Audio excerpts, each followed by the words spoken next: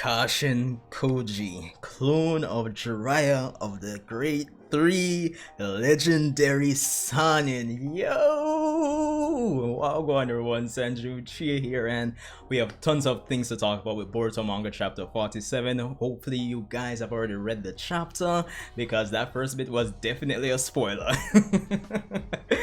But of course, stay tuned, be sure to rate, comment, subscribe, cue the intro!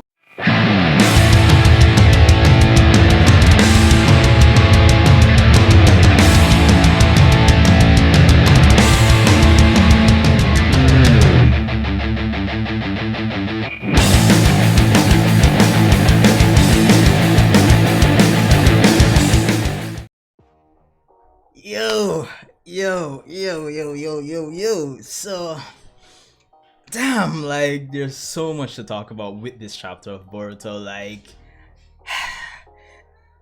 it's like one of those things where you expect it to be the case.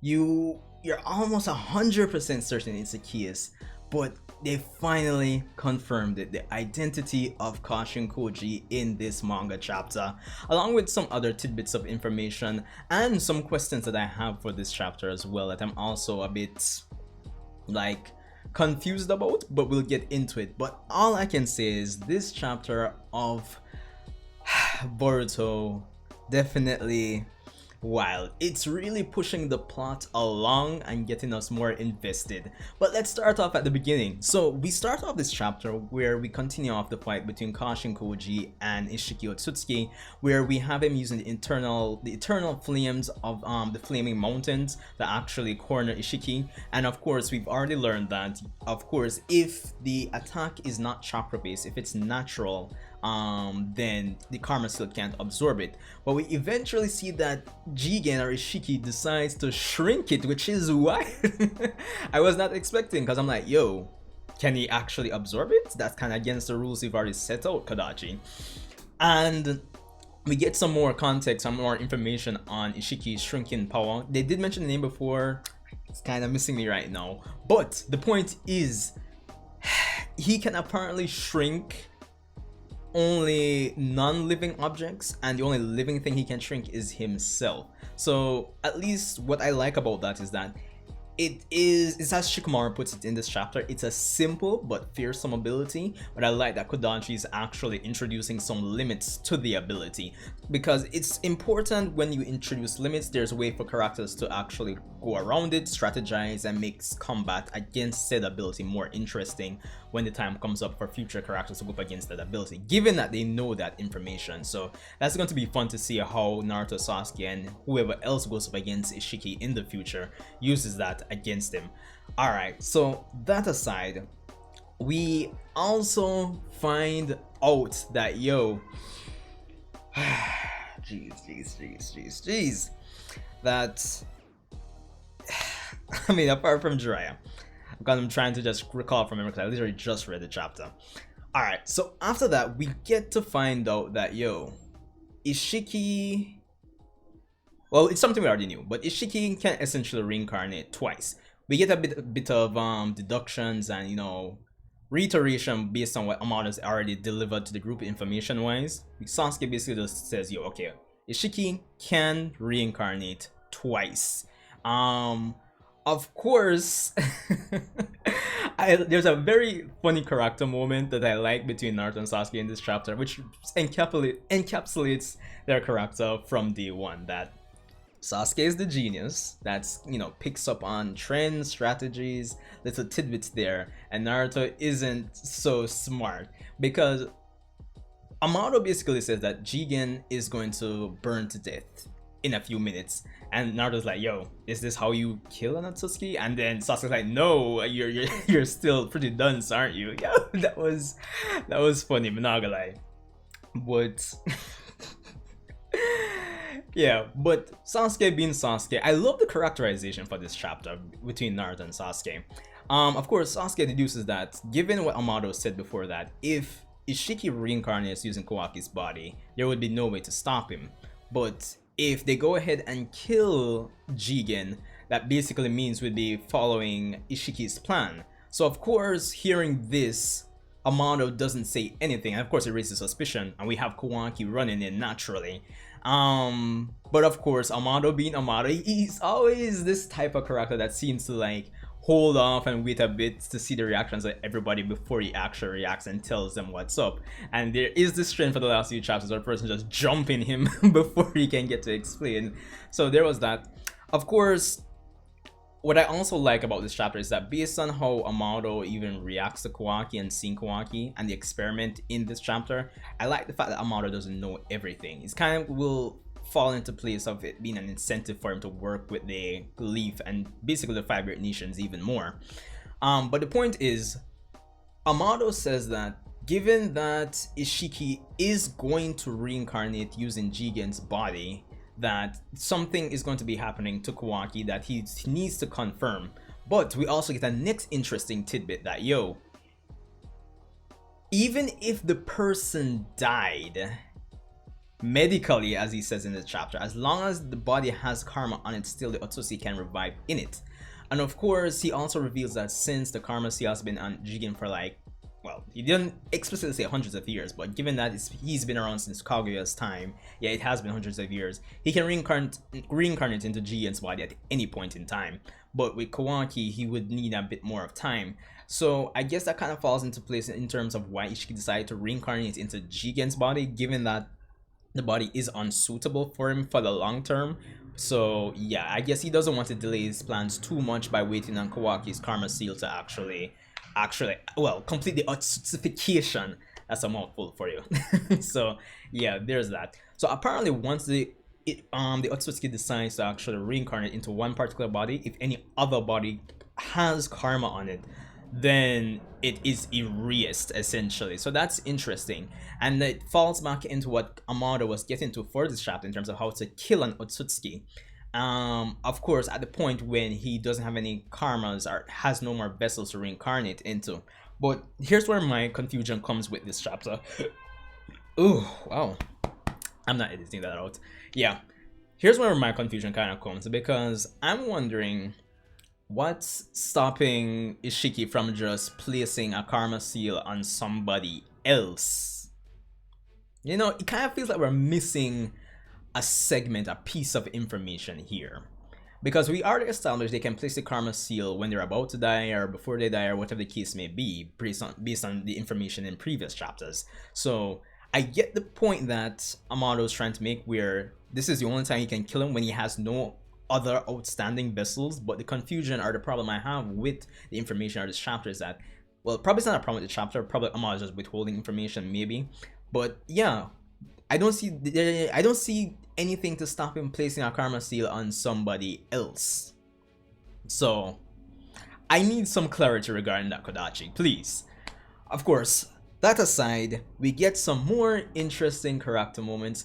Alongside revival of Isshiki Otsutsuki, we get to see what he looks like, along with seemingly a new eye technique, which we don't get any information on, or maybe that's just his design, but more than likely it might be an eye technique, given Naruto's history of loving eye techniques. So yeah, of course we have an interesting character moment, as I said, where Naruto is expressing concern for Kashin Koji, and the fact that Amado's basically saying, yo, they've done most of what they went out to do or went out to accomplish by bringing out Isshiki and removing the karma seal from Kawaki. But Naruto continues to display interest and, you know, concern for Kashin Koji, and the fact that they're saying that it was a one-way ticket, he wasn't meant to actually survive the fight here. But Naruto basically expressed like, yo, it seems like he was trying to take him out, and he expressed that he doesn't know why, but he's kind of concerned and interested in Kashin Koji. And of course, I would see that stemming from the fact that his fighting style has stirred up memories of Jiraiya, even though they didn't explicitly say it last chapter or even this chapter. It's subtle and implied. It's obvious. That's the only person that Kashin Kochi's fighting style would really remind Naruto of.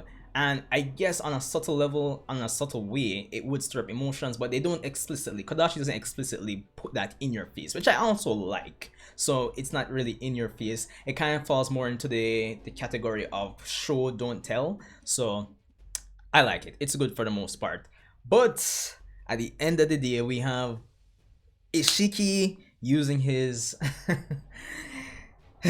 using his ability to basically restore things back to their normal size within the dimension, and Kashin Koji kind of wonders if he's planning to destroy the dimension. Of course, Isshiki goes on this dialogue about now he understands why Amado kind of cling to the hope or the feet of Kashin Koji, of the man behind the mask, because he find out that Kashin Koji is a clone of Jiraiya. This is wild. This is taking the plot in the right direction, I would say. And it's something I said in my expectations video, where I continue to admit that the villains and the antagonists of Boruto, maybe we're not emotionally invested in them as compared to their Naruto counterparts. Probably they're not written to the best degree so far, but at the same time, Kodachi he's putting things in place for us to get invested in the concerns and the emotions of the characters that we're already interested in. So that is one of the better, or probably the best alternative, if he can actually establish some kind of emotional connection between us and the villains, given their nature and the whole context of the whole Otsutsuki problem from the Naruto. We know we had a kind of sour taste in our mouth from Kage was introduced. So I think this is the next best thing, and I think it's putting things in the right direction.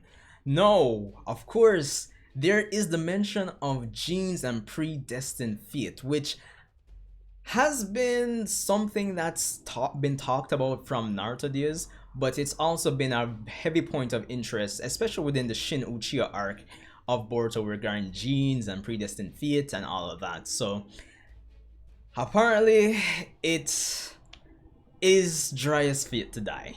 So that's what Isshiki is essentially getting at. And we essentially end the chapter with that, with Isshiki deciding, you're going to die here, Kashin Koji.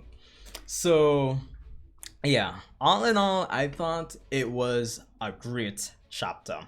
It does wonders for actually raising the stakes, pushing the plot along, because we certainly are progressing. We have Isshiki revived, and we have Kashin Koji revealed. Of course, we have characters that have an emotional connection to what's going on now, being Naruto, and potential all the other characters who can sympathize with Naruto. So there's some emotional investment being derived from all of this, which is the better alternative, where you feel to actually establish an emotional connection and investment in the villains or antagonists. So there's that, because at the end of the day, you could have world-shattering, world-ending stakes and not be invested.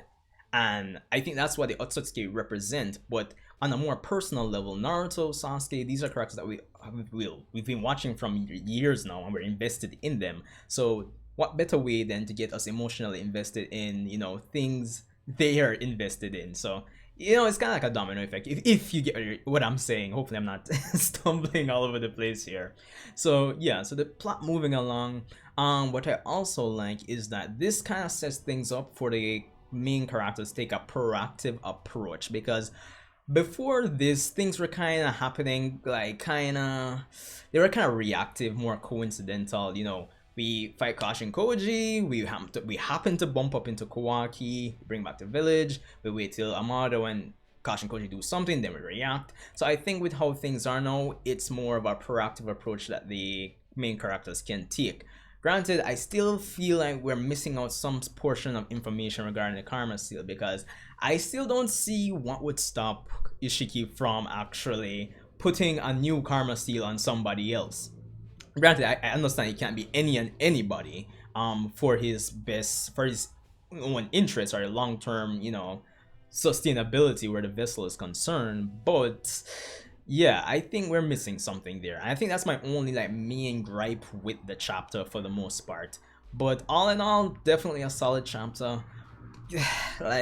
Some return on investment on the whole mystery of Kashin Koji. Granted, there is still more to learn, more context, more history to be revealed. Because yes, we know he's a clone now, fine. But how did Amado get around to actually cloning him? What was the backstory? How did he get to the bottom of the ocean, etc, etc? How does all of that tie into place, and how will characters like Naruto specifically react to this? And even Tsunade and Orochimaru, who are two characters that I also speculated on in my expectations video for this particular chapter, even though they weren't name dropped like I expected, at least it's another angle, another point where, another plot point where they need to get involved at this moment, and it holds emotional emotional history for those two characters. So there are a lot of pieces that are going to be connecting over the course of the next few chapters, and a lot of characters that need to get involved with the story, and I hope Kodachi actually manages to get them involved, because they need to. Because I feel like with the clone of Jiraiya aspect, it's like setting up something and getting X and Y character, Orochimaru, Tsunade, Naruto, and any other character that may be involved, or you know, I mean, most of Konoha has kind of ties to Jiraiya in a sense. So yeah, getting those characters involved and seeing their reactions and getting them involved in the conflict is the payoff to that plot point. So all I can say is solid chapter, great pacing, pushing the plot along, establishing, setting up emotional investment for us, the audience, in the characters that are emotionally invested in the conflict that's going on, at least we're based on who's involved. So yeah, solid chapter, loved it. Yeah, but anyway, let me know what you thought about the chapter. Of course, be sure to rate, comment, and subscribe. Leave a like. We're on our way to 1,000 subscribers, so yo, if you like Boruto content, I'll be doing a lot of discussions in the weeks and days to come, so yeah, look out for it. But anyway, have a happy day. Yo, just rate, comment, subscribe, and I'll see you guys in the next one. Stay safe and wash them hands.